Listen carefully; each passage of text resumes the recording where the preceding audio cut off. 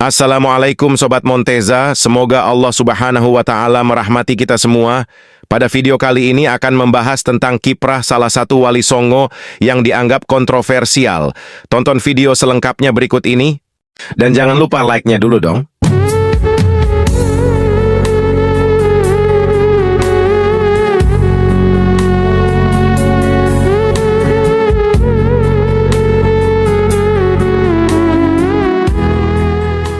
Bagi mereka umat muslim Indonesia yang mendalami dunia tasawuf, nama Syekh Siti Jenar tentu sudah tidak asing lagi didengarnya.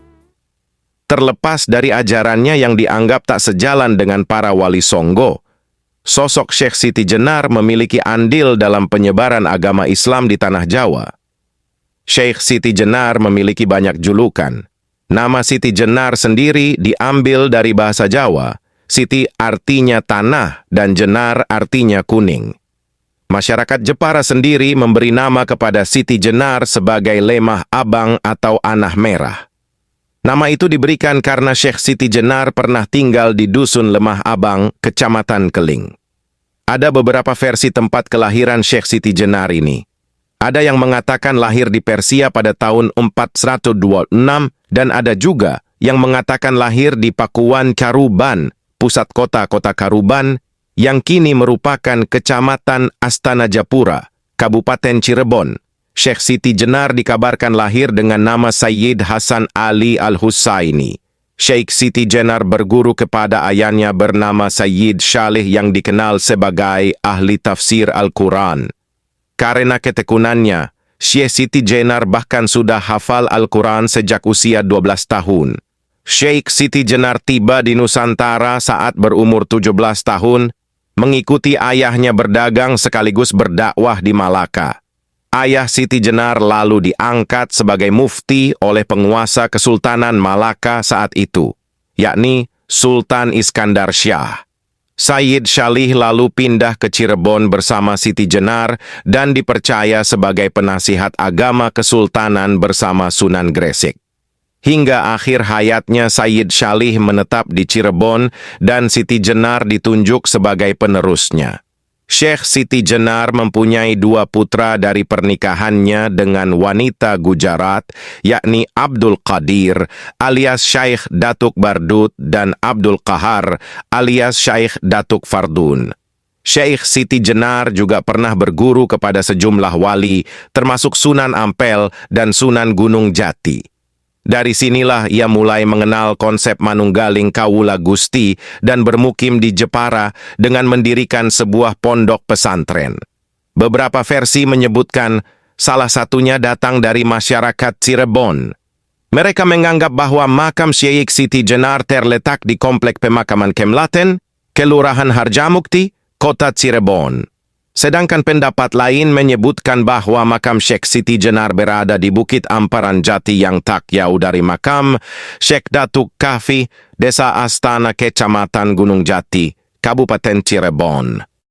Pendapat masyarakat Jepara berbeda lagi. Mereka beranggapan bahwa makam Syekh Siti Jenar terletak di Desa Lemah Abang, Kecamatan Kembang, Jepara.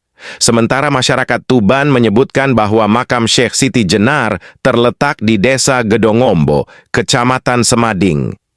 Menurut versi cerita tutur penganut Tarekat Akmaliyah, yakni tarekat yang dibangsakan kepada Syekh Siti Jenar lain lagi, mereka menyebut bahwa makam Syekh Siti Jenar dinyatakan hilang. Hal itu dikarenakan wasiat yang bersangkutan pernah berpesan kepada para pengikutnya agar makamnya kelak tidak diberi tanda agar tidak dijadikan lokasi ziarah. Meski begitu, namun masyarakat menjadikan makam-makam yang diyakini itu makam Syekh Siti Jenar tetap dijadikan sebagai lokasi untuk berziarah. Ajaran Syekh Siti Jenar dianggap kontroversial karena ia memiliki perbedaan pendapat dengan sejumlah wali dan tokoh Islam saat itu. Dalam sebuah pertemuan di Istana Argapura, Gresik, Syekh Siti Jenar mengemukakan pendapatnya tentang ketuhanan. Ia berpendapat bahwa dengan beribadah kepada Allah Subhanahu wa Ta'ala, pada dasarnya sama dengan Allah. Syekh Siti Jenar melanjutkan penjelasannya, bahwa hamba yang memiliki kuasa dan menghukum juga hamba. pendapat Syekh Siti Jenar tersebut kemudian mendapat tentangan dari sejumlah wali dan tokoh Islam yang hadir. Syekh Siti Jenar diminta untuk bertaubat karena dianggap menyamakan dirinya sebagai Tuhan. Akan tetapi, Syekh Siti Jenar tetap pada pendiriannya hingga akhirnya dijatuhi hukuman mati. Itu sebabnya Syekh Siti Jenar dinisbatkan sebagai tokoh kaum abangan yang tak rela terhadap musnahnya ajaran nenek moyang setelah datangnya Islam. Syekh Siti Jenar dianggap berdosa karena menyebarkan faham wihdatul wujud atau manunggaling kawula Gusti kepada masyarakat yang waktu itu masih tergolong awam.